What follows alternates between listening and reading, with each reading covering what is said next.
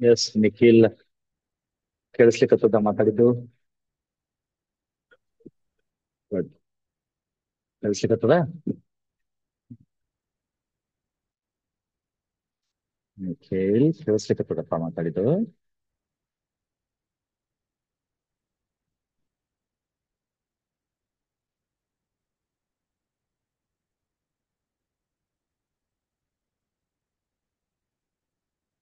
ನಿಖಿಲ್, ಕೇಳಿಸ್ಲಿಕ್ಕತ್ತದ ಮಾತಾಡಿದ್ದು ನಿಖಿಲ್? ಹಾ ರೀ ಸರ್. Okay, fine. ಸ್ವಲ್ಪ ಜಲ್ದಿ ಜಲ್ದಿ ರೆಸ್ಪಾಂಡ್ ಮಾಡಪ್ಪ, ಯಾಕಂದ್ರೆ ಟೈಮ್ ಇರಲ್ಲ. ಭಾಳ ವೇಟ್ ಮಾಡ್ಬೇಕಾಗ್ತೈತಿ. ಜಲ್ದಿ ಜಲ್ದಿ ಮುಗಿಸ್ಬೋದು. ಜಾಯಿನ್ ಆಗ್ಲಿಕ್ಕೆ ಆಯ್ತು. ಇದು ಮಾಡ್ಲಿಕ್ಕೆ 5 ನಿಮಿಷ ತಗೋತಂದ್ರೆ ಬಹಳ ಕಷ್ಟ ಆಗತ್ತಪ್ಪ ಅದಕ್ಕೆ. ನಾವು ಶಲ್ ಐ ಸ್ಟಾರ್ಟ್? ಒಂದ್ 2 ನಿಮಿಷ ನೋಡೋಣ ಯಾರೇ ಬರ್ತಾರ. ಅಲ್ಲಿ ತನಕ ಕರೆಕ್ಷನ್ ಮಾಡ್ತೀನ, ಬರ್ಲಿ ಯಾರು ಬರ್ತಾರ. ವಾರ್ನರ್ ಜಾನ್ von bran.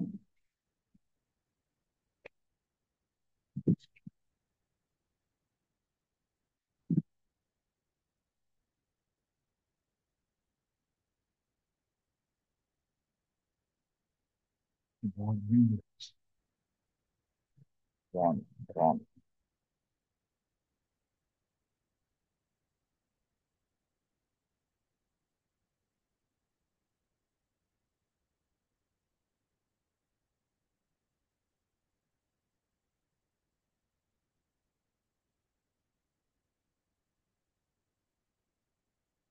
Wernher von Braun.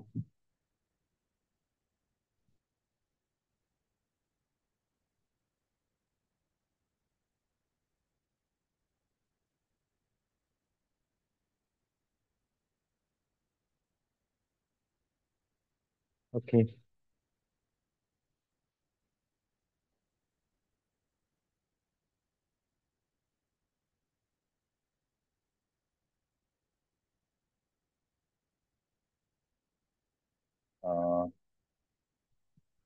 Spelling ಉತ್ತರ ಬರೆದಿದ್ದಾರೆ ಅವ್ರದ್ದು. Wernher Wernher von Braun spelling ತಪ್ಪು ಬರೆದಿದ್ದಾರೆ. I just replace it. Okay. See. And then admit all. Okay.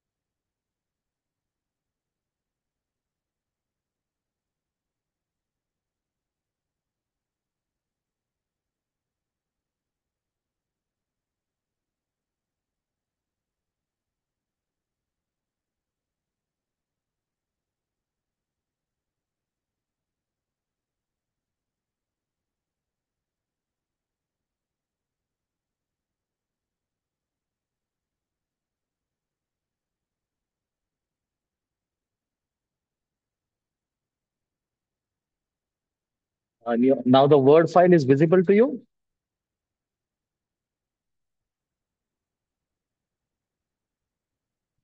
Okay.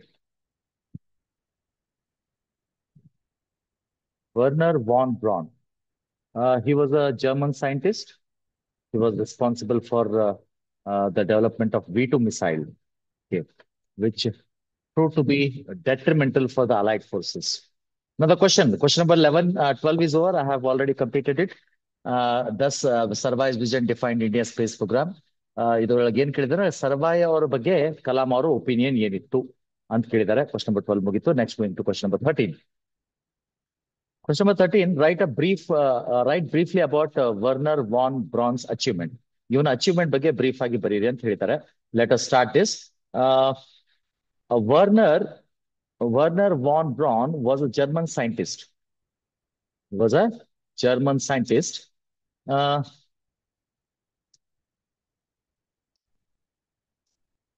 okay. He was a great scientist in the field of rocketry.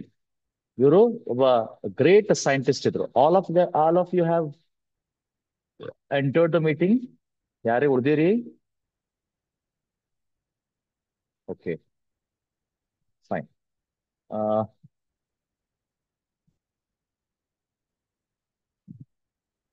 he was a great scientist in the field of rocketry. ಬಂದು ಅವನು German scientist ಇದ and he was a great scientist in the field of rocketry. Rocket science ಒಳಗೆ ಒಂದು ದೊಡ್ಡ scientist ಇದ್ದ ಅವನು. And missiles, rocketry and missiles. Then he was a scientist, designer, production engineer, administrator and technology manager. ನೋಡುವ ಎಷ್ಟು varied ಕೆಲಸ ಮಾಡ್ತಿದ್ರು, all rolled in to ಒನ್ ಅಂತಾರ. ಅವನ್ ಸೈಂಟಿಸ್ಟ್ ಇದ್ದ ಅಂದ್ರೆ ಹೊಸ ಟೆಕ್ನಾಲಜಿ ಕಂಡುಹಿಡಿತಿದ್ದ, ಡಿಸೈನರ್ ಇದ್ದ, ಒಳ್ಳೆ ಡಿಸೈನ್ ಮಾಡ್ತಿದ್ದ ಮಿಸೈಲ್ಸ್ ಇದು ಎಲ್ಲ. And then he was a production engineer. ನೀವು ಡಿಸೈನ್ ಮಾಡಿ ಟೆಕ್ನಾಲಜಿ ಕಂಡುಹಿಡಿದು ಅದನ್ನ ಪ್ರೊಡಕ್ಷನ್ ಮಾಡ್ಬೇಕು ಮಿಸೈಲ್ದು, ಅದನ್ನು ಮಾಡ್ತಿದ್ದ. ಅಡ್ಮಿನಿಸ್ಟ್ರೇಟರ್ ಇದ್ದ, ಅದನ್ನ ಪ್ರೊಡ್ಯೂಸ್ ಮಾಡ್ಬೇಕಂದ್ರೆ ಕಂಪ್ನಿ ಒಳಗ ಅಡ್ಮಿನಿಸ್ಟ್ರೇಷನ್ ಬೇಕು, ಅದನ್ನು ಮಾಡ್ತಿದ್ದ. ಟೆಕ್ನಾಲಜಿ ಮ್ಯಾನೇಜರ್ ಅಂದ್ರೆ ಬೇರೆ ಬೇರೆ ಟೆಕ್ನಾಲಜಿನ ಒಗ್ಗೂಡಿಸಿ ಒಂದೇ ಕಡೆ ಅದನ್ನ ಯೂಸ್ ಮಾಡ್ಕೊಂಡು ಪ್ರೊಡಕ್ಟ್ ಡಿಸೈನ್ ಮಾಡೋದು, ಅದನ್ನು ಕೂಡ ಮಾಡ್ತಿದ್ದ. So he was all in one, all rolled in to one ಅಂತ ಅದಕ್ಕೆ ಹೇಳ್ಬೋದು. He he worked as technical director of the German missile laboratory. ನೆನಪುಳಿದ್ರೆ ಬಾಳ ಚಲೋ ಆಯ್ತು. ಇಲ್ಲಾಂದ್ರ ಇಷ್ಟೇ ಹೇಳ್ರಿ, he was a German who worked for Germany and made missiles ಅಂತ ಹೇಳಿ. Okay. He worked as technical director of German missile laboratory. Then he made the lethal V2 missiles. Lethal ಅಂದ್ರೆ ಬಹಳ ಭಯಾನಕವಾದದ್ದು. That devastated London in World War two. Not only London, but that prove to be detrimental, or that was the huge threat. That was detrimental ಅನ್ಬೋದು. Detrimental ಬಹಳ ಭಯಾನಕ ಸಾಬೀತಾಯ್ತು. That was detrimental to allied forces. Allied forces Allied forces ನಿಮ್ಗೆ ಹೇಳಿದೆ. These were the forces having the countries France, then Belgium, then you have England, then America. These were the forces called as Allied forces. ಇವ್ರ ಮೇಲೆ ಅವನು bomb ಮಾಡ್ದ, ಅಂದ್ರೆ missiles ಹಾಕಿದ. Okay. He made the lethal V2 missile that was detrimental to the Allied forces. ಅವ್ರಿಗೆ detrimental ಇತ್ತು. And ಆಮೇಲೆ ಡಿವಾಸ್ಟೇಟೆಡ್ London, ಪೂರ್ತಿ ಲಂಡನ್ ಮೇಲೆ ಬಾಂಬಿಂಗ್ ಮಾಡಿದವನು. ಲಂಡನ್ ಊರನ್ನೇ ಹಾಳ ಮಾಡೋ ಲೆವೆಲ್ಗೆ ಹೋದ. ಯಾವುದು V2 ಮಿಸೈಲ್ಸ್. ಆ ರೀತಿ ಪವರ್ಫುಲ್ ಮಿಸೈಲ್ಸ್ ಅವರು ಆವಾಗಿನ ಕಾಲದಲ್ಲೇ ರೆಡಿ ಮಾಡಿದ್ರು. So again go through this sentence. ಏನ್ ಮಾಡ್ದವನು? He made the lethal V2 missiles. ಇದ್ರ ಹೆಸರೇನು? V2 lethal V2 missiles. ಇಷ್ಟೇ ನೆನ್ಪಿಟ್ಕೋರಿ, ಇದು ಮಿಸೈಲ್ ನೆನ್ಪಿಟ್ಕೊಳ್ಳೇಬೇಕು. V2 missiles that was detrimental to the Allied forces and devastated London in World War II. Next, later ಮುಂದೆ ಏನಾಯ್ತಂದ್ರೆ, later lethal V2 missiles, lethal V2 missile ಅನ್ಸೋದಕ್ಕಿಂತ later V2 missiles ಅನ್ಬೋದು. Later ಮುಂದೆ ಆಮೇಲೆ V2 missiles were the first missiles to exceed the speed of sound. ಅದಲ್ಲದೆ later ಅನ್ನೋಕ್ಕಿಂತ apart from that ಅನ್ಬೋದು, ಅಥವಾ V2 ಮಿಸೈಲ್ಸ್ ಅಂತ ಡೈರೆಕ್ಟ್ಲಿ ಅನ್ಬೋದು. ಓಕೆ, ವರ್ಲ್ಡ್ ವಾರ್ II ಆಗೋಣ. Next, V2 missiles. V2 missiles were the first missiles to exceed the speed of sound. Mach ಅಂತೀವಲ್ಲ, Mach is the speed of sound. When we tell sonic speed, it is speed of sound 343 meter per second. When it is subsonic speed, we call it as less than the speed of sound, less than 343 meter per second. And when we tell it as supersonic speed, it is more than the speed of sound, which is more than 343 meter per second. So these were the first missile to exceed the speed of sound. Andre, they were supersonic missiles ಅಂತ ನೀವು ಅನ್ಬೋದು. Okay. Then at the end of the war end ಆದ ಬಳಕೆ, ಅಂದ್ರೆ second world war ಏನ್ end ಆಯ್ತಲ್ಲ, at the end of the war von Braun was captured. ಇವನಿಗೆ capture ಮಾಡಿದ್ರು. At the end of the war von Braun was captured by the allied forces headed by USA. Capture ಮಾಡಿ ಅವನಿಗೆ ಎಲ್ಲಿ ಕರ್ಕೊಂಡೋದ್ರು? US ಕರ್ಕೊಂಡೋದ್ರು, ಅಮೆರಿಕಾದವರು. ಅಲ್ಲಿ ಅವನಿಗೆ ನಾಸಾದಾಗ ಒಂದು ದೊಡ್ಡ ಕೆಲಸ ಕೊಟ್ರು, ಪೋಸ್ಟ್ ಕೊಟ್ರು. ಯಾಕಂದ್ರೆ ಅವ್ನು ಶಾಣೆ ಇದ್ದ ಬಹಳ. He was not ill treated, ಅವನಿಗೆ ತ್ರಾಸ್ ಕೊಡ್ಲಿಲ್ಲ. But honour of his genius, ಅವನಿಗೆ ಬಹಳ ಶಾಣೆ ಇರೋದ್ರಿಂದ ಅವನಿಗೆ ರೆಸ್ಪೆಕ್ಟ್ ಕೊಟ್ಟು he was given the top position in the rocketry program at NASA. ಬಹಳ ಶಾಣೆ ಇರೋದ್ರಿಂದ ಅವನಿಗೆ ಏನ್ ಮಾಡಿದ್ರು? ಏನೂ ತ್ರಾಸ್ ಕೊಡ್ಲಿಲ್ಲ. He was not ill treated. ಅವನಿಗೆ ಕಷ್ಟ ಕೊಡ್ಲಿಲ್ಲ. ಹಿಡ್ಕೊಂಡ್ ಬಂದಾರ ಅಂತ ಹೇಳಿ ಬಂದಿ ಅದಾನ ಜರ್ಮನ್ ಅದಾನ ಅಂತ ಹೇಳಿ ಕಷ್ಟ ಕೊಡ್ಲಿಲ್ಲ. But in honour of his genius, ಅವ ಬಹಳ ಶಾಣೆ ಇರೋದ್ರಿಂದ he was given a top position in the rocketry program at NASA.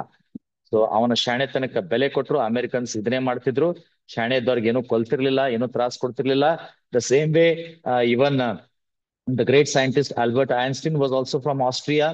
ಅವನಿಗೂ ಕೂಡ ಇವರು ಏನು ಮಾಡ್ಲಿಲ್ಲ, ಅಮೆರಿಕನ್ಸ್ ಆಗ್ಲಿ. ಇವನ್ ಹಿಟ್ಲರ್ ಏನು ಮಾಡ್ಲಿಲ್ಲ, ಯಾಕಂದ್ರೆ ಹಿ ವಾಸ್ ವೆರಿ ಇಂಟೆಲಿಜೆಂಟ್, ಅವನಿಗೆ ಸ್ವಲ್ಪ ಫ್ರೀಡಮ್ ಇತ್ತು. But however, later, even what you say, this the great scientist, what you say, Einstein ಕೂಡ ಜರ್ಮನಿ ಬಿಟ್ಟು ಮುಂದೆ ಸ್ವಿಟ್ಜರ್ಲ್ಯಾಂಡ್ ಹೋಗಿ ಸೆಟಲ್ ಆದ್ರು. Then he worked for the American Army and produced the first IRBM. See, IRBM full form ನಿಮ್ಗೆ ನೆನಪಿರ್ಬೇಕು. American army ಕೂಡ work ಮಾಡಿ, ಈ work for the American army and first made ಏನ್ ಮಾಡಿದ್ರು, IRBM ಮಾಡಿದ್ರು. What is IRBM? Intermediate range ballistic missiles. ಇದಕ್ಕೆ ನಂತರ intermediate range ballistic missiles, first intermediate range ballistic missiles ಮಾಡಿದ್ರು. ಅದರ ಹೆಸರು ಏನಿತ್ತು? ಜುಪಿಟರ್ ಮಿಸೈಲ್ ಅಂತಿತ್ತು ಅದರ ಹೆಸರು. It was called as Jupiter missile. ಬಹಳ ಆ, ಆ, ಶಕ್ತಿಶಾಲಿಯಾದಂತಹ ಮಿಸೈಲ್ ಇತ್ತು. It was the first intermediate range ballistic missile called as Jupiter missile with range of 3000 kilometre. 3000 kilometre range ಇರುವಂತ ಒಂದು ಮಿಸೈಲ್ ಇತ್ತು. It was having a range of 3000 kilometres. 3000 kilometre ವಿಚಾರ ಮಾಡ್ರಿ. ಕನ್ಯಾಕುಮಾರಿಯಿಂದ ನೀವು ಅದನ್ನ ಮಿಸೈಲ್ ಬಿಟ್ರೆ ಅದು ಕಾಶ್ಮೀರ್ ದಾಟಿ ಹೋಗುತ್ತೆ. ಅಂದಾಜ್ ಅಷ್ಟು ದೂರ, around, yes, Kanyakumari to Kashmir ಅನ್ಬೋದು, ಅರೌಂಡ್ 3000 ಕಿಲೋಮೀಟರ್ಸ್. ಅಷ್ಟು ದೂರ ಹೋಗುವಂತ ಮಿಸೈಲ್ ಅವನು ಅವಾಗೆ ಲಾಂಚ್ ಮಾಡಿದ. ಅವಾಗೆ ಅವನು ಸಕ್ಸಸ್ಫುಲಿ ಡಿಸೈನ್ ಮಾಡಿ ಫ್ಯಾಬ್ರಿಕೇಶನ್ ಮಾಡ್ದ. ನೆಕ್ಸ್ಟ್, ಅಬ್ದುಲ್ ಕಲಾಂ ವಾಸ್ ಆಡ್. ಅಂದ್ರೆ ಹ್ಯಾಪಿ. ಓಕೆ, ಆಡ್ ಟು ಮೀಟ್. ಯಾಕಂದ್ರ ಅವ್ರು ಬರ್ತಾರ ಅಂತ ಹೇಳಿ ಸುದ್ದಿ ಬಂತು ಇವನಿಗೆ, ಅಬ್ದುಲ್ ಕಲಾಂ ಅವ್ರಿಗೆ. Abdul Kalam was odd to meet such a great man as von Braun. He received von Braun at Madras airport and was happy to travel with him in the Avro aircraft. ಆ ಏರ್ಕ್ರಾಫ್ಟ್ ಹೆಸರೇ ಆವ್ರೋ ಏರ್ಕ್ರಾಫ್ಟ್ ಐತಂತ. ಅವ್ರಿಗೆ ಕೂಡ ಈ ಆವ್ರೋ aircraft ನಲ್ಲಿ travel ಮಾಡ್ಲಿಕ್ಕೆ ಬಹಳ ಖುಷಿ ಆಯ್ತು ಇವರಿಗೆ. ಎಲ್ಲೆಲ್ಲಿ ಹೆಸರು ಇರ್ತದಲ್ಲ ಅದು ಸ್ವಲ್ಪ ಬೋಲ್ಡ್ ಮಾಡಿ ನೀವು ನೆನ್ಪಿಟ್ಕೊಳ್ಳಿಕ್ಕೆ ಸಾಧ್ಯ ಮಾಡ್ರಿ. ಸೊ ವಾನ್ ಬ್ರಾನ್ ಇಲ್ಲಿ ಬೋಲ್ಡ್ ಮಾಡ್ರಿ.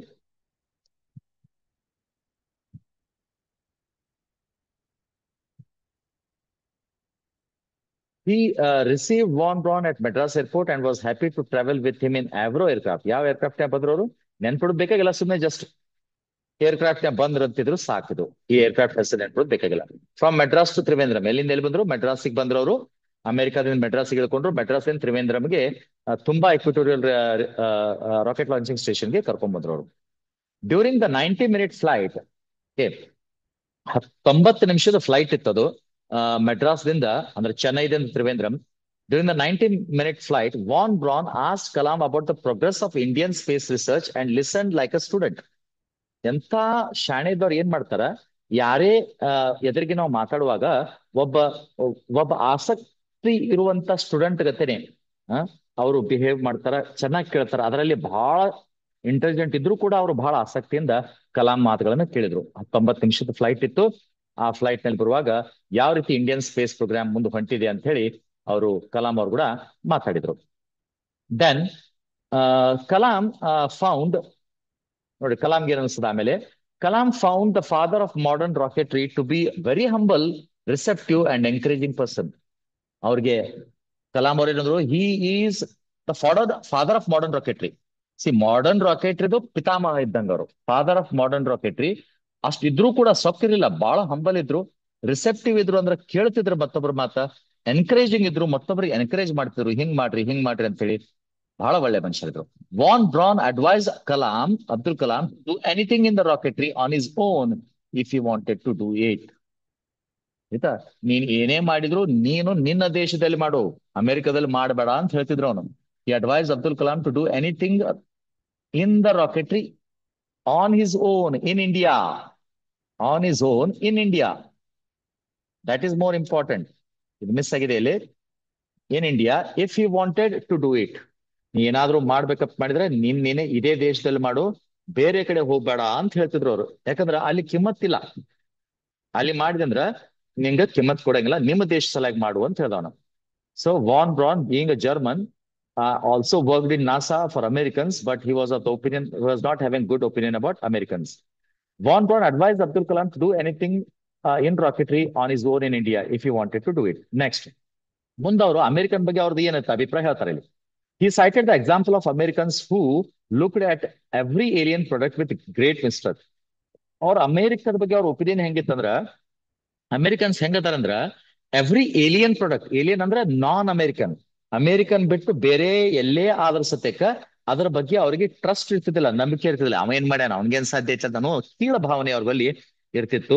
ಬೇರೆ ಕಡೆ ಅದು ಏನ್ರ ರಿಸರ್ಚ್ ಆಗಿ ಮುಂದೆ ಹೋಗಿದೆ ಅಂದ್ರೆ ಅವ್ರಿಗೆ ಅದು ಲೈಕ್ ಆಗ್ತಿರ್ಲಿಲ್ಲ, ಅವ್ರಿಗೆ ಬಹಳ ಕೀಳ ಭಾವನೆಯಿಂದ ನೋಡ್ತಿದ್ರು. ಇದು ಅವ್ರದ್ದು ಒಪಿನಿಯನ್ ಇತ್ತು. ಯಾರ್ದು? ವಾನ್ ಬ್ರಾನ್ ಒಪಿನಿಯನ್ ಇತ್ತು ಅಮೆರಿಕನ್ಸ್ ಬಗ್ಗೆ. He also advised to take success and failures equally, as even failures can teach more. ಅವ್ರು ಹೇಳ್ತಿದ್ರು, ಎಷ್ಟು ಫೇಲ್ಯೂರ್ಸ್ ಕಂಡಿರ್ಬೇಕು ಇಂಥ ಒಂದು ಮಿಸೈಲ್ ಅವ್ರು ಡೆವಲಪ್ ಮಾಡಿದ್ರು ಅವಾಗಿನ ಕಾಲದಲ್ಲಿ, 1930s 40s ನಲ್ಲಿ. ಫೇಲ್ಯೂರ್ ಬಹಳ ಮುಖ್ಯ ಲೈಫ್ ನಲ್ಲಿ. ಎರಡೂನು ಒಂದೇ ರೀತಿ ತಗೋರು, ಫೇಲ್ಯೂರ್ ಮತ್ತು ಸಕ್ಸಸ್ ನ. ಫೇಲ್ಯೂರ್ ಬಹಳ ಇಂಪಾರ್ಟೆಂಟ್, ಇವನ್ ಫೇಲ್ಯೂರ್ಸ್ ನಮಗ್ ಬಹಳ ಕಲಿಸ್ತಾವ ಲೈಫ್ ನಲ್ಲಿ ಅಂತ ಹೇಳಿ ಅವರ ಮಾತಿತ್ತು. ದೆನ್ ಇದು 2 ಮಾರ್ಕ್ಸ್ ಕೇಳ್ಬೋದು, what was von Braun's opinion about failures ಅಂತ ಕೇಳ್ಬೋದು ನಿಮಗೆ. Or what did von Braun advise Kalam over failures ಅಂತೂ ಕೇಳ್ಬೋದು. ಸೊ ನೀವು ಸ್ವಲ್ಪ ನೆನ್ಪಿಟ್ಕೋಬೇಕಿದ್ದಾವೆಲ್ಲ. Okay, who is called as the father of modern rocketry ಅಂತೂ ಕೇಳ್ಬೋದು ನಿಮ್ಗೆ. Who is called as the father of modern rocketry? Yes, Wernher von Braun ಅಂತ ಹೇಳ್ಬೋದು. ಸೊ ಇವೆಲ್ಲ ಸ್ವಲ್ಪ ನೆನ್ಪಿಡ್ಲಿಕ್ಕೆ ಪ್ರಯತ್ನ ಮಾಡ್ರಿ. ಮುಂದೆ ಫರ್ದರ್ ವಾಟ್ ಹಿ ಟೆಲ್ಸ್, ಮತ್ತೇನ್ ಹೇಳ್ತಾರೆ ನೋಡ್ರಿ. Mere hard work would not bring honour. ಬರೇ ಹಾರ್ಡ್, ಮಿಯರ್ ಅಂದ್ರೆ ಮಿಯರಿ ಅನ್ಬಾರ್ದಿದ್ದು, ಮಿಯರ್ ಅದ. Mere hard work would not bring honour. One must have vision and conception of the whole and then work hard to make it a success. ನೋಡ್ರಿ, ಬರೇ hard work ಮಾಡೋದ್ರಿಂದ ನಿಮಗ honour ಅಂದ್ರ ಮರ್ಯಾದೆ ಸಿಗುವುದಿಲ್ಲ. ಅದ್ರ ಕೂಡ ಏನ್ ಬೇಕು? ಒನ್ ಮಸ್ಟ್ ಹ್ಯಾವ್ ವಿಷನ್, ದೂರದೃಷ್ಟಿ ಇರಬೇಕು. Conception of the whole, conception ಅಂದ್ರೆ ಅಂಡರ್ಸ್ಟ್ಯಾಂಡ್ ಮಾಡ್ಕೋಬೇಕು, ಪೂರ್ತಿ ಆಳವಾಗಿ ತಿಳ್ಕೋಬೇಕು. Okay, and then work hard. ನೀನ್ ಮೊದಲ ನಿನಗ ದೂರದೃಷ್ಟಿ ಇರ್ಬೇಕು, ನಿನಗ ಯಾವುದೇ ಏನ್ ಮಾಡ್ಬೇಕಂತ ಮಾಡಿ ಅದ್ರ ಬಗ್ಗೆ ಒಳ್ಳೆ ಕನ್ಸೆಪ್ಷನ್ ಅಂದ್ರೆ ಕಾನ್ಸೆಪ್ಟ್ಸ್ ನ ಕ್ಲಿಯರ್ ಆಗಿ ಅಂಡರ್ಸ್ಟ್ಯಾಂಡ್ ಮಾಡ್ಕೋಬೇಕು. ಆಮೇಲೆ ನೀನು ಹಾರ್ಡ್ ವರ್ಕ್ ಮಾಡ್ಬೇಕು, ಆವಾಗ ಸಕ್ಸಸ್ ಸಿಗ್ತದೆ ಅಂತ ಹೇಳಿ ಹೇಳ್ತಿದ್ರು. This is also very important line. Being mere hard work would not bring honor. One must have vision and conception of the whole and then work hard to make it a success. Finally, he advised, ಮತ್ತೆ ಏನೇನ್ advice ಮಾಡಿರತ್ತು ಕೇಳ್ಬೋದು question ನಿಮಗೆ 2 ಮಾರ್ಕ್ಸಿಗೆ 5 ಮಾರ್ಕ್ಸಿಗೆ. What all did Wernher von Braun advise mister Kalam ಅಂತೂ ಕೇಳ್ಬೋದು.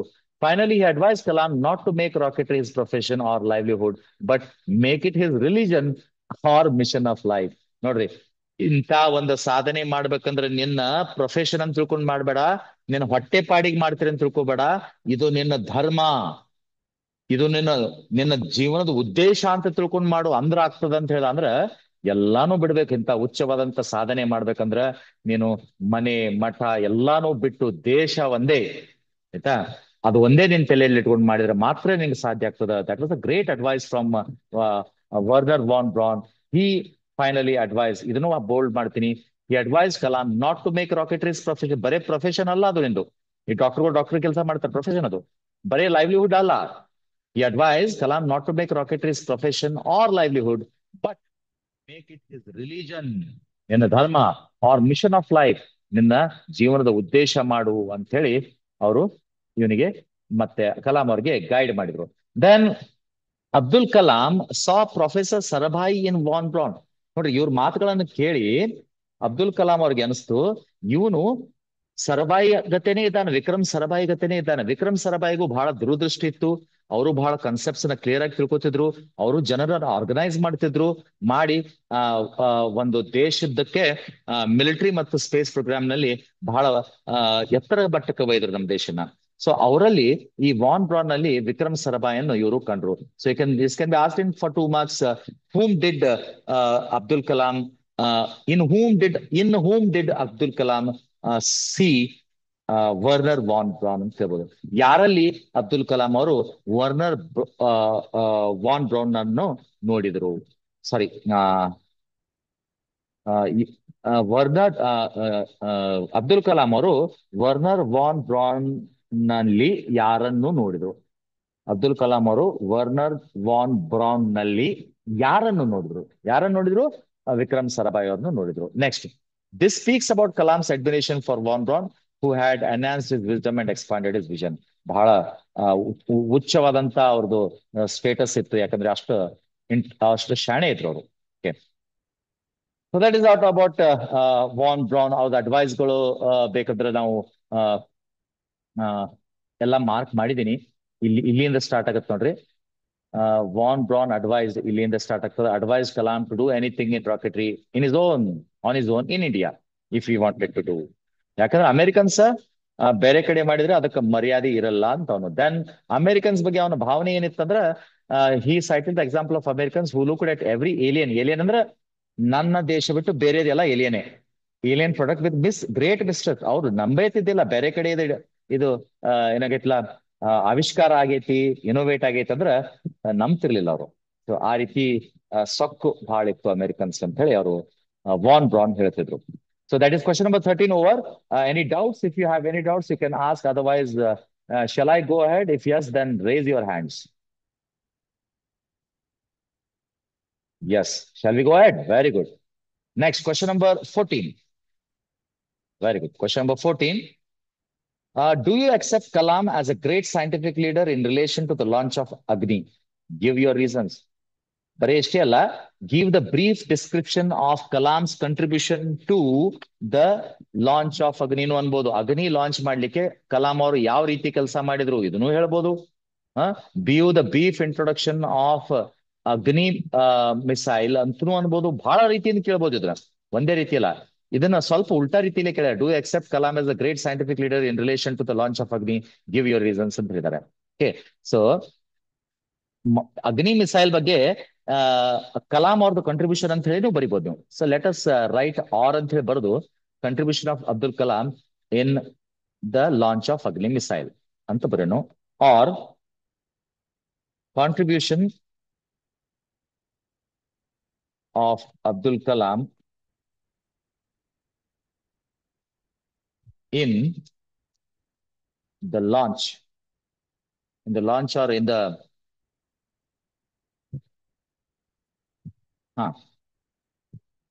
in Agni missile,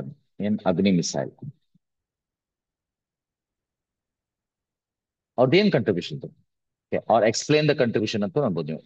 explain the contribution of Dr. Kalam, who was later awarded the PhD. So you can call him as Dr. Kalam in Agni missile ಅಂತ ನೀವು ಅನ್ಬೋದು. So write a brief note on Agni missile ಅನ್ಬೋದು. write a brief note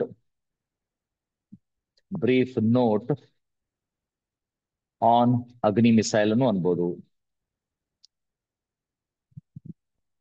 Okay, so this also can be done. ಬಹಳ ರೀತಿಯಿಂದ question ಕೇಳಬಹುದು ಇದನ್ನ. All in one ಇದು, write a brief note on Agni missile. Then okay, write a note on success story of Agni ಅನ್ಬೋದು. write a note or short note ಅನ್ಬೋದು. ನೀವು note ಅಂದ್ಕೊಳ್ಳಿ, note ಅಂತ ತಿಳ್ಕೊಬೇಡ್ರಿ. write a short note ಅನ್ಬೋದು. short note on Agni missile. ಯಾವುದೇ ಅಗ್ನಿ missile related question ಕೊಟ್ರು ಇದು ಪೂರ್ತಿ ಅದಕ್ಕೆ ಏನಂತಾರಲ್ಲ, ಇಟ್ ವಿಲ್ ಹೆಲ್ಪ್ ಯು ಅಂತ ಹೇಳ್ಬೋದು. ಸೊ ಫಸ್ಟ್ ಅವ್ರ ಕ್ವಶನ್ ಏನಿತ್ತು, do you accept Kalam as a great scientific leader in relation to the launch of Agni? Agni launch ಮಾಡೋದ್ರಿಂದ ಒಬ್ಬ ದೊಡ್ಡ ಸೈಂಟಿಫಿಕ್ ಲೀಡರ್ ಇದಾನ ಅಂತ ಹೇಳಿ ನಿಮ್ಗೆ ಅನಿಸ್ತದ? ಹೌದು, ಬಹಳ ದೊಡ್ಡ scientific leader.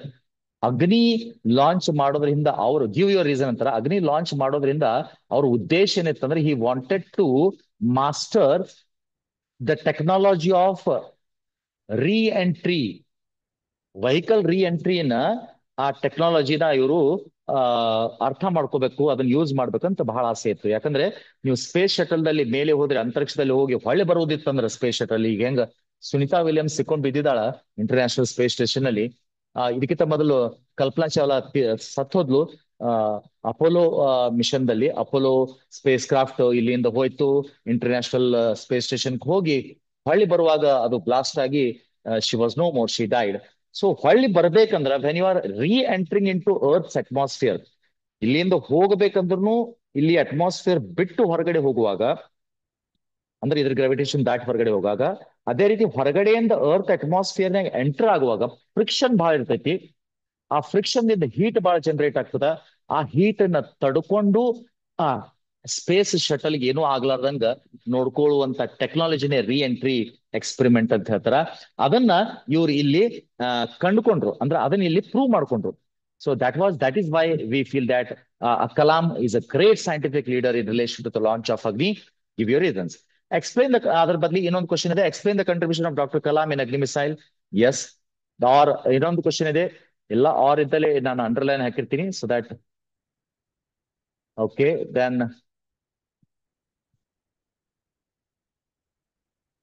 then another question is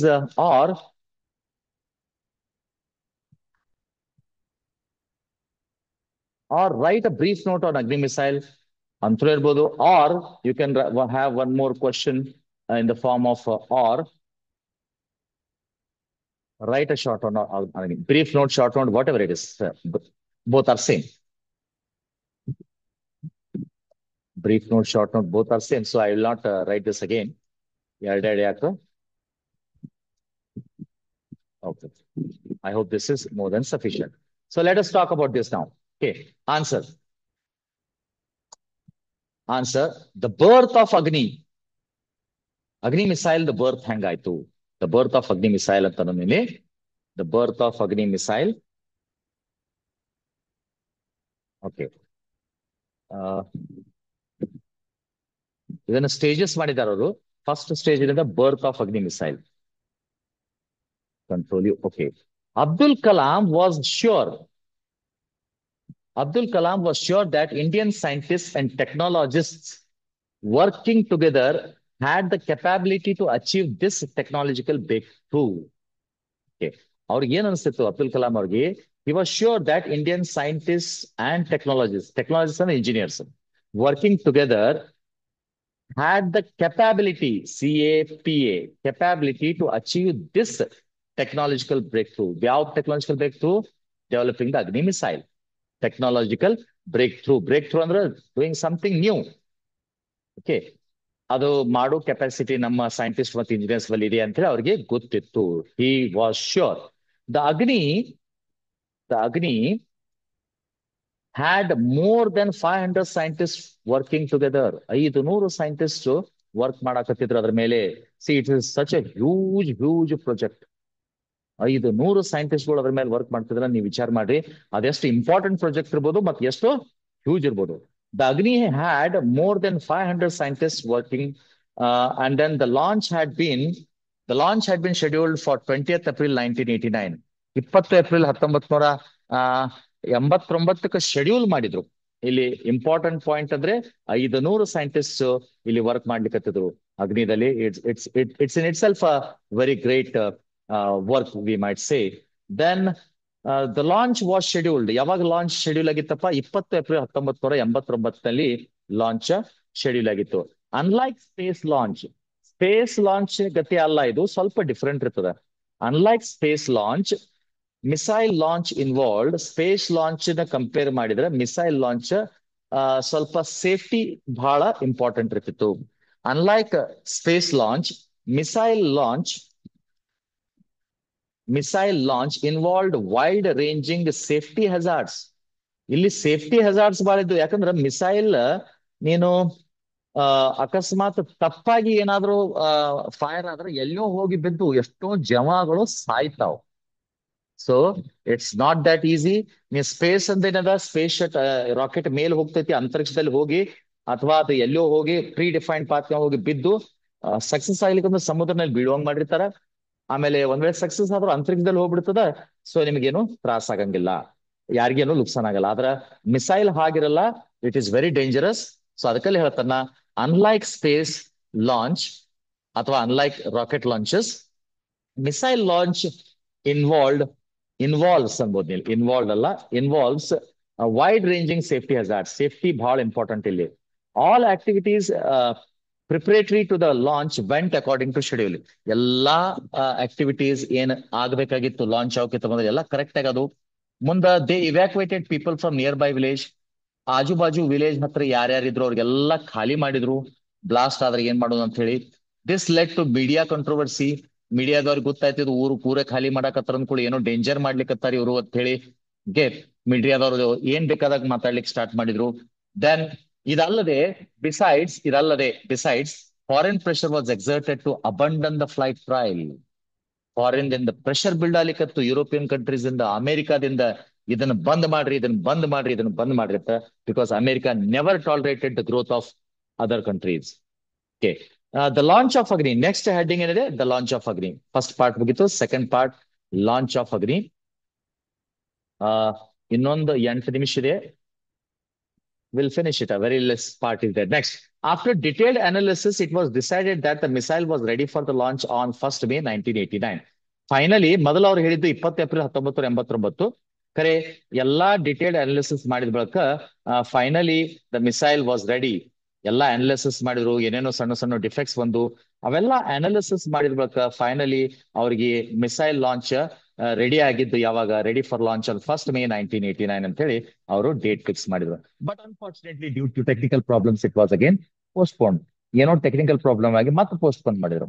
after 2 ಪೋಸ್ಟ್ಪೋನ್ಮೆಂಟ್ಸ್, 2 ಸತ ಪೋಸ್ಟ್ಪೋನ್ ಆಯ್ತು ನೋಡ್ರಿ. ಅದು ಮಜಾಕ್ ಮಾಡಿದ್ರು ಆಮೇಲೆ ಅವ್ರಿಗೆ ಬಹಳಷ್ಟು ಆಯ್ತಾ. So after 2 postponements and a possible cyclone. ನೋಡ್ರಿ, ಫಸ್ಟ್ ಏಪ್ರಿಲ್ 20, 1989 ಅದನ್ನ ಶೆಡ್ಯೂಲ್ ಮಾಡಿರು, ಆಗ್ಲಿಲ್ಲ ಯಾಕಂದ್ರೆ ಬಹಳಷ್ಟು ಟೆಕ್ನಿಕಲ್ ಪ್ರಾಬ್ಲಮ್ಸ್ ಇದ್ದು.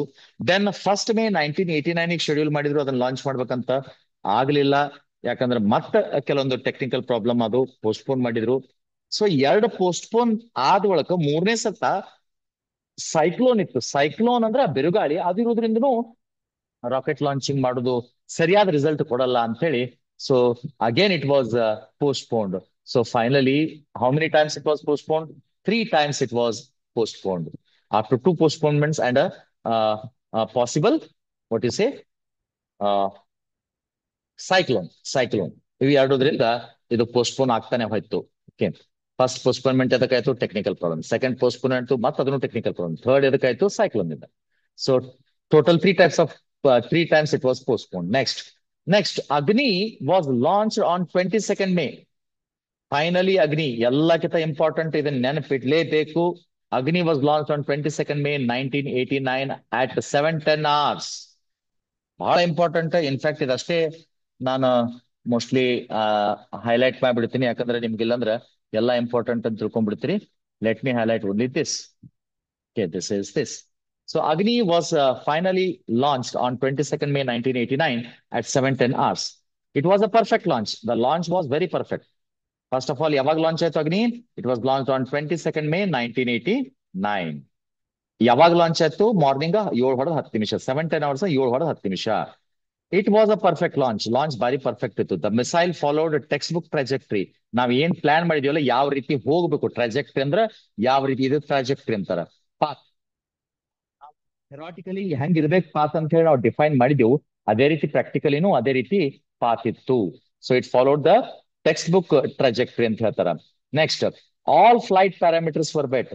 ಫ್ಲೈಟ್ ನಾಗ ಹೋಗ್ಬೇಕಂದ್ರೆ ಏನೇನ್ ಇಂಡಿಕೇಶನ್ಸ್ ಇರಬೇಕು, ಪ್ರೆಷರ್ದು, ಟೆಂಪರೇಚರ್ದು, ಎಕ್ಸೆಟ್ರಾ ಎಲ್ಲಾ ಪ್ಯಾರಾಮೀಟರ್ಸ್ ಕರೆಕ್ಟ್ ಆಗಿ ಮೀಟ್ ಅದು. Then they had met success after after 5 years of continuous work. 5 ವರ್ಷ ಇದರ ಮೇಲೆ ಸತತ ಪ್ರಯತ್ನ ಮಾಡಿದ ಬಳಿಕ ಇವರು ಅಗ್ನಿ ಮಿಸೈಲ್ ಸಕ್ಸಸ್ಫುಲಿ ಲಾಂಚ್ ಮಾಡಿದ್ರು. ಅಂದ್ರೆ ವಿಚಾರ ಮಾಡ್ರಿ, 5 ವರ್ಷ ಇದರಲ್ಲಿ ಕಠಿಣ ಪರಿಶ್ರಮ ಇತ್ತು. Next, they had survive pressure from everywhere to stop the programme. ಎಲ್ಲರ ಕಡೆಯಿಂದ ಪ್ರೆಷರ್ ಇತ್ತು, ಎಸ್ಪೆಷಲಿ ಅಮೆರಿಕಾದಿಂದ ಪ್ರೆಷರ್ ಬಹಳ ಇತ್ತು. ಇದನ್ನ ಬಂದ್ ಮಾಡ್ರಿ, ಇದು ಬಂದ್ ಮಾಡ್ರಿ, ಇದು ಬಂದ್ ಮಾಡ್ರಿ, ಇಲ್ಲಾಂದ್ರೆ ನಿಮ್ಮ ಮೇಲೆ ನಾವು ಸ್ಯಾಂಕ್ಷನ್ಸ್ ಹಾಕ್ತಿವಿ ಅಂತ ಹೇಳಿ ಬಹಳ ಪ್ರೆಷರ್ ಹಾಕಿದ್ರು Americans. So this was the launch of Agni. The second part of the short note of Agni missile, or you can tell how Kalam contributed to the Agni missile. Next part, the uh, third part ಅಲ್ಲಿ ಇದ್ರಾಗಿದೆ. ಇನ್ನು prime minister Rajiv Gandhi ನೋಡ್ರಿ, ಇದು 84 ನಲ್ಲಿ ಇಂದಿರಾ ಗಾಂಧಿ ತೀರ್ ಹೋದ್ಲು, 1984 ನಲ್ಲಿ. ಮುಂದೆ ಅವಳು ತೀರ್ ಹೋದ ಬಳಿಕೆ interim prime minister was Rajiv Gandhi her son. Then afterwards election was there. Election ದಲ್ಲಿ ಬಹಳ ಮೆಜಾರಿಟಿಯಿಂದ ಗೆದ್ದು ಬಂದು 1984ರಲ್ಲಿ ಮತ್ತೆ ಅವರು ಪ್ರೈಮ್ ಮಿನಿಸ್ಟರ್ ಆಫ್ ಇಂಡಿಯಾ ಆದ್ರು. ಅವಾಗೆ ಮೀನ್ಸ್ 1989 ಒಳಗೆ ಅವರು ಪ್ರೈಮ್ ಮಿನಿಸ್ಟರ್ ಆಫ್ ಇಂಡಿಯಾ ಇದ್ರು. Prime minister Rajiv Gandhi called Agni a major achievement in our effort to safeguard our independence and security by self reliant means. ನೋಡ್ರಿ, self reliant means this is more important. ಆ ರಾಜೀವ್ ಗಾಂಧಿ ಏನ್ ಹೇಳಿದ್ರೆ ಅಂದ್ರೆ, ಈ ಅಗ್ನಿ missile ಏನ್ achievement ಇದೆಯಲ್ಲ, ಇದು ಒಂದು ನಮ್ಮ ದೊಡ್ಡ ಅಚೀವ್ಮೆಂಟ್. ಇದು ಯಾವ್ದ್ರೊಳಗ to safeguard our independence, ನಮ್ಮ ಸ್ವತಃ ಸ್ವಾತಂತ್ರ್ಯವನ್ನು ಕಾಪಾಡಿಕೊಳ್ಳಲಿಕ್ಕೆ, ಮತ್ತೊಬ್ರು ಯಾರು ನಮ್ಮ ಮೇಲೆ ಅಟ್ಯಾಕ್ ಮಾಡಬಾರ್ದವು, ಯಾಕಂದ್ರೆ ಇದು ಬಹಳ ಪವರ್ಫುಲ್ ಮಿಸೈಲ್ ಇತ್ತು. ಅಂಡ್ ಸೆಕ್ಯೂರಿಟಿ, ನಮ್ಮ ಸೆಕ್ಯೂರಿಟಿಗೆ ಏನು ಥ್ರೆಟ್ ಇರಬಾರ್ದು. ಬೈ ಸೆಲ್ಫ್ ರಿಲಯಂಟ್ ಮೀನ್ಸ್ ಮತ್ತೊಬ್ಬರ ಹೆಲ್ಪ್ ಏನು ತಗೊಳ್ಳಿಲ್ಲ, ನಾವು ಸ್ವಂತ ಮಾಡಿದೇವೆ ಇವು. ಸೊ ಅದಕ್ಕೆ ರಾಜೀವ್ ಗಾಂಧಿ ಇದೊಂದು ದೊಡ್ಡ ಅಚೀವ್ಮೆಂಟ್ ಅಂತ ಹೇಳಿದ್ರು. Why Rajiv Gandhi called Agni launch of Agni as a great achievement ಅಂತ ನೀವು ಇದನ್ನ ಬರೀಬಹುದು. ಈ prime minister Rajiv Gandhi called Agni a major achievement as it safeguarded our independence and security by self reliant means or ಅಂತ ಹೇಳಿ ನೀವು ಹೇಳ್ಬೋದು. ಪ್ರೆಸಿಡೆಂಟ್ ಅದಲ್ಲದೆ ಪ್ರೆಸಿಡೆಂಟ್ ಆರ್ ವೆಂಕಟರಮಣ್, ಅವಾಗ ಪ್ರೆಸಿಡೆಂಟ್ ಯಾರಿದ್ರು? ಆರ್ ವೆಂಕಟರಮಣ್ ಅಂತ ಪ್ರೆಸಿಡೆಂಟ್ ಇದ್ರು. He was the president of India. ಅವರು ಅವ್ರೇನ್ ಹೇಳ್ತಾರೆ ನೋಡ್ರಿ, president R Venkataraman saw in Agni success the fulfilment of his dream. He congratulated Kalam and said that it was a tribute to his dedication, hard work and talent. ಬಹಳ ಒಳ್ಳೆ ಮಾತುಗಳು ಹೇಳ್ಯಾರ ನೋಡ್ರಿ. ಯಾವ ರೀತಿ ಕಲಾಂ ಅವರಿಗೆ ಅವರು ಕಾಂಗ್ರಾಟ್ಸ್ ಹೇಳಿದ್ರು ಅಗ್ನಿ ಮಿಸೈಲ್ ಲಾಂಚ್ ಆದ ಬಳಿಕ. What did the president of India R Venkataraman say when Agni was successfully launched ಅಂತ ಕೇಳಿದಾಗ, president R Venkataraman saw in Agni success, ಅಗ್ನಿಯಲ್ಲಿ ಸಕ್ಸಸ್ ಕಂಡ್ರು. Saw in Agni, president R Venkataraman saw in Agni his success. Whose success? Kalam success ಅನ್ಬೋದು, ಆಯ್ತಾ? So his success ಅನ್ಬೋದು, country success ಅನ್ಬೋದು, Kalam success ಅನ್ಬೋದು. His success the fulfilment of his dream, ನಮ್ಮ ನಮ್ಮ ಕನಸನ್ನೇ ನೆನಸಾಯ್ತು. ಯಾಕಂದ್ರೆ R Venkataraman was very much interested in this fulfilment of his dream, ಅಂದ್ರೆ ಕನಸು ನೆನಸಾಯ್ತು ಅಂದ್ರು. Then he congratulated Kalam and said that it was a tribute to his dedication, hard work and talent. ನೋಡ್ರಿ, ನಿನ್ನ ನಿನ್ನ ನಿನ್ನ ನಿನಗೆ ಇದೊಂದು ಟ್ರಿಬ್ಯೂಟ್ ಅಗ್ನಿ ಮಿಸೈಲು. ಯಾಕಂದ್ರೆ ನೀನು ನಿನ್ನ ಹಾರ್ಡ್ ವರ್ಕಿಗೆ, ನಿನ್ನ ಡೆಡಿಕೇಶನ್ಗೆ, ನಿನ್ನ ಟ್ಯಾಲೆಂಟ್ಗೆ ಇದೊಂದು ಟ್ರಿಬ್ಯೂಟ್ ಅಂತ ಹೇಳಿ ಯಾರು ಹೇಳಿದ್ರು? ಪ್ರೆಸಿಡೆಂಟ್ ಆರ್ ವೆಂಕಟರಮಣ್ ಹೇಳಿದ್ರು. ನೆಕ್ಸ್ಟ್ ಮುಂದ ಕಲಾಂ ಅವರು ಏನ್ ಹೇಳಿದ್ರು ಒಂದು ಸ್ವಲ್ಪ ನೋಡೋಣ. Whether it is relevant or not, will see. Less than 1 minute ಇದೆ, ಇನ್ನು ಸವಾ ಮಿನಿಟ್ ಇದೆ, 1.5 minute. Abdul Kalam, I'll just see if it's okay, then I'll keep it, otherwise I'll delete it. Abdul Kalam explained to his team major opportunities were accompanied by equally major challenges. One should never give up. One should not allow problem to defeat one. Inspired by Abdul Kalam's words, the team of scientists worked hard continuously and made Agni's launch successful. ನೀವು ಬೇಕಂದ್ರೆ ಬರಿಬಹುದು, ಬ್ಯಾಡ್ ಅಂದ್ರೆ ಬಿಡ್ಬೋದು. ಇದು general ಆಗಿ ನೀವು defeat ಅನ್ನ accept ಮಾಡಬಾರದು ಅಂತ ಹೇಳಿ ಇಲ್ಲಿ ಹೇಳಿದ್ದಾರೆ. Kalam explained his team major opportunities were accompanied by equally major challenges. ನಾವು ಏನೇ ಮೇಜರ್ ಅಪಾರ್ಚುನಿಟೀಸ್ ನಮ್ಗಿದ್ದು ಅಂತಕೋ, like this was a major opportunity for India to have its own Agni missile.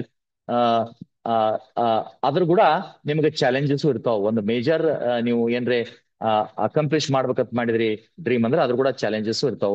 ಅದಕ್ಕ one should never give up, ನಾನು ಸೋತು ಕುಂದಿರಬಾರದು. One should never give up, one should not allow problem to defeat one. ನಾವ್ ಎಂದು ಕೈ ಎತ್ತಬಾರ್ದು, ಆಗಂಗಿಲ್ಲ ನನ್ಗಂತೇಳಿ.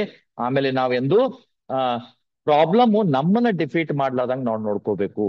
ಈ ರೀತಿ ಕಲಾಂ ಅವ್ರ ಮಾತಿನಿಂದ ಇನ್ಸ್ಪೈರ್ ಆಗಿ ಎಷ್ಟೋ ಮಂದಿ ಸೈಂಟಿಸ್ಟ್ಗಳು, the team of scientist work hard continuously and made Agni launch successful. ಇವರಿಂದ ಇನ್ಸ್ಪೈರ್ ಆಗಿ ಅಗ್ನಿ ಮೇಲೆ ಬಹಳಷ್ಟು ವರ್ಕ್ ಮಾಡಿ ಫೈನಲಿ ಅಗ್ನಿ ಲಾಂಚ್ ನ ಸಕ್ಸಸ್ಫುಲ್ ಆಗಿ ಮುಗಿಸಿದ್ರು ಸೈಂಟಿಸ್ಟ್ಗಳು ಮತ್ತು ಕಲಾಂ ಅವ್ರು ಕೂಡಿ. This proves the Kalam, Abdul Kalam a great scientific leader. ನೋಡ್ರಿ, ಇದರಿಂದ ಏನ್ ನಮ್ಗ ಸಿಗ್ತದ, ಏನ್ ಗೊತ್ತಾಗ್ತದ? Do you agree that Kalam was a great scientific leader ಅಂತ ಹೇಳಿ ಕೇಳಿದ್ರು.